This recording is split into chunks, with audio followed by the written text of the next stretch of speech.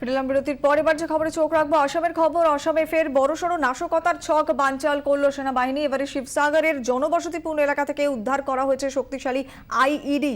বিস্তারিত জানবো, আমাদের সঙ্গে রয়েছেন আমাদের প্রতিনিধি সুমন কল্যাণ ভদ্র। সুমন, দেখো, স্বাধীনতার ঠিক একদিন আগে অসম জুড়ে কিন্তু একটা চাঞ্চল্য ছড়িয়ে পড়েছে। যে কোনো জায়গা মাঝে মধ্যেই কিন্তু উদ্ধার হচ্ছে আইডি এবং বিভিন্ন জায়গাতে আক্রমণ চালাচ্ছে জঙ্গি গোষ্ঠীরা।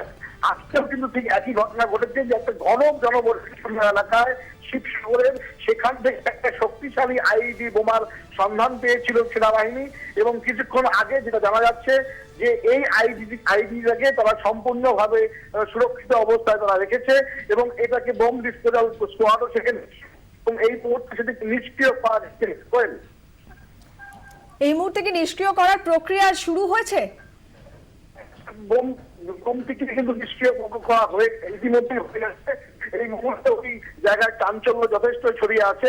সেনাবাহিনীর কাছে খবর পাওয়া মাত্রই তারা কিন্তু এলাকাটা ঘিরে ধরেছেন এবং বোম শনাক্ত করতে পারে এবং কুকুরও কিন্তু সেখানে এসছে এবং পরবর্তীতে সেখান থেকে সেই দিকে উদ্ধার করে এই মুহূর্তে বম ডিসপোজাল স্কোয়াড সেনাবাহিনীর তারা নিষ্ক্রিয় করেছে বোমাটিকে। কোয়েল, সুমন, পর পর হামলা হয়েছে, শেষমেশ কার্বি আংলাংয়েও আমরা দেখলাম একই ঘটনা। তারপর এই শিবসাগরের মতো জনবহুল এলাকা থেকে আইইডি উদ্ধারের পরে কি চিরুনি তল্লাশি জারি রয়েছে অন্যান্য এলাকাতে? দেখো, বিভিন্ন জায়গাতে চিরুনি তল্লাশি চলছে, গোটা অসম জুড়ে কিন্তু চিরুনি তল্লাশি চলছে। কিন্তু তারপরেও যেটা বলতে হবে যে বিভিন্ন জায়গাতে আইডি এর চাইতে বড় বড় বিস্ফোরক পদার্থ কিন্তু পাওয়া যাচ্ছে। আরো যেটা খবর আসছে যে কোকরাঝাড়ের ঘটনার পর থেকে কিন্তু যথেষ্ট নিরাপত্তা আটোসাটো করা হয়েছিল, কিন্তু তথাপি বিভিন্ন জায়গা থেকে এই মুহূর্তে যা খবর আসছে যে আইডি উদ্ধার হচ্ছে এবং কিছুক্ষণ আগে আরেকটা খবর পাওয়া গেছে যে একটি বিমানবন্দরের সামনেও একটা গ্রেনেড পাওয়া গেছে।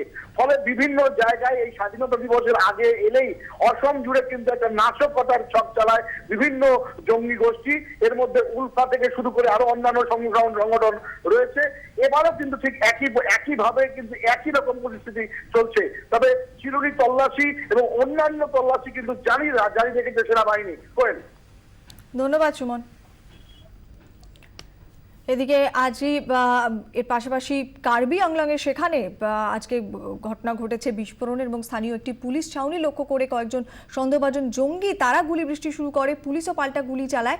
গুলির লড়াই এক পুলিশ কর্মীর মৃত্যু হয়, জখম হন আরও একজন। কেপিএলডি জঙ্গি গোষ্ঠীর দিকে মূলত এখনো পর্যন্ত সন্দেহের তীর। গতকালই তিনসুকিয়াতে সন্দেহভাজন উলফা হামলাতে দুজনের মৃত্যু হয় এবং জখম হন 8 জন। স্বাধীনতা দিবসের আগে অস্থিরতা তৈরি করতেই বারবার জঙ্গিরা হামলা চালাচ্ছে বলে গোয়েন্দারা মনে করছেন। তাই গোটা রাজ্য জুড়েই হাই অ্যালার্ট জারি করা হয়েছে।